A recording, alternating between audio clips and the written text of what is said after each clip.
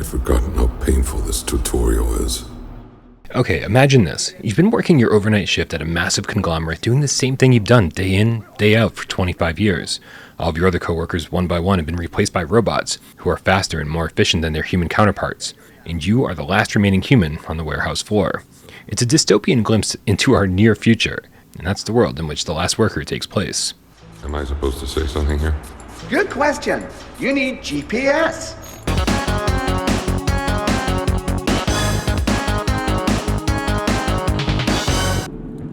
Home sweet home. When we first meet Carl, his life seems pretty simple. He pilots a forklift-type device at Youngle, which is our Amazon equivalent for the rest of this review. And all the job entails is grabbing the right package with your gravity gun, inspecting it from all angles for damage, making sure the size and weight are accurate, marking the package accordingly, and then speeding off to either ship it out to the consumer or sending it back to be recycled and relabeled. And to keep your job, you need to relay a certain number of packages before your shift is over, as you'll be graded on your performance at the end of each day. Now, here's where my review takes a strange turn, or at least a turn I wasn't personally expecting. This job is supposed to be boring and repetitive. It's the thing you keep coming back to between the actual story segments that's designed to make you feel for Carl and understand the monotony that he's been drowning in for years. This is supposed to be the boring part of the game, but for me, it was the best part. Every shift I would strive for a perfect score and unlock as many of the 110 collectibles that these sections offered. Maybe that says something about the game itself, or maybe it says something about me. I don't know. I'm going to try not to overthink it, but either way, the VR mechanics and haptic feedback feel good here. So if you're going to play The Last Worker, make sure you play it in VR, rather than the far less immersive flat-screen version. Time's running out.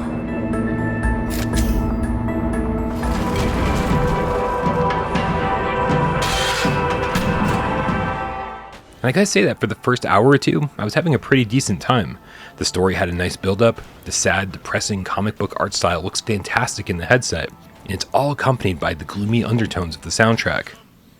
Even the things that I thought would irritate me about The Last Worker didn't. There's some juvenile humor, floating robot companions, and too much of the game involves listening to Carl talk, listening to Skew talk, listening to the CEO of Youngle talk, and listening to the members of the activist group Spear talk. But it's all well written and really well acted, and everyone involved seems to understand the bleak, somber world that they inhabit. That's what we live for. Delivering dreams. Yeah, we've established that. Who's the last one? Okay, this thing's awesome. Around the halfway point, though, everything starts feeling a little too tedious, and glaring issues kept me from enjoying the game as much as I should have. Stealth sections devolve quickly into frustrating moments of trial and error. The sole boss fight isn't explained well at all, removing any impact that it could have had. Story segments between shifts involve no locomotion or interactions, forcing you to just sit there and watch. New attachments for your gun aren't explained, and hacking doors involve some of the most brain-dead puzzles I've ever encountered in a video game. But the most disappointing part for me wasn't any of those things. As a game that relies almost exclusively on its story, I was sad to see that, after a great build-up, the story falls flat completely. All the big moments come and go without any fanfare, and at no point did I ever feel emotionally invested in these characters or their causes. The anti-capitalism message is so heavy-handed that there's not a lot of room for ambiguity in The Last Worker. Part of the fun of these types of stories is figuring out the message yourself, relating it to the world that you live in, and then maybe picking up on some subtle details that other people might have missed. But subtlety doesn't exist here, which means that by the end, I was not only ready for it to be over, but also callous to the decisions I was making, and didn't really care which ending I got, which determined Carl's ultimate fate.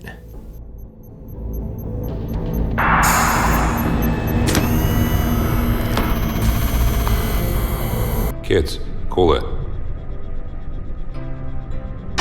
Over there, chaps, by the lake. It calls this a lake? When I first saw the trailers for The Last Worker, it seemed like everything I hated about VR. Floating robot companions that talked endlessly, trying to be edgy and funny, with long drawn-out story segments with nothing to interact with. And it is indeed all of these things. But strangely, those weren't the things that bothered me about The Last Worker. The first couple of hours sets you up for a great story that never quite delivers, and then the rest of the game suffers from confusing gameplay and unrewarding stealth segments. It's not a bad game by any stretch, but it certainly doesn't come anywhere close to what it could have been. Every lunch break. Actually starting to feel a little bit hungry.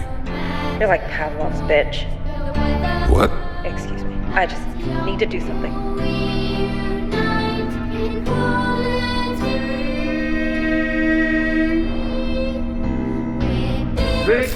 control. I think we found the entrance. How do we open it? How do we do it, I wonder? These doors used to be opened by 4 employees. Sadly, we're down to, Yeah, I get it.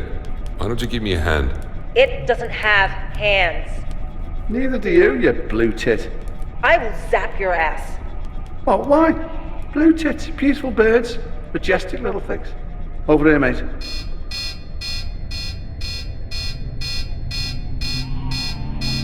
Hurry the fuck up!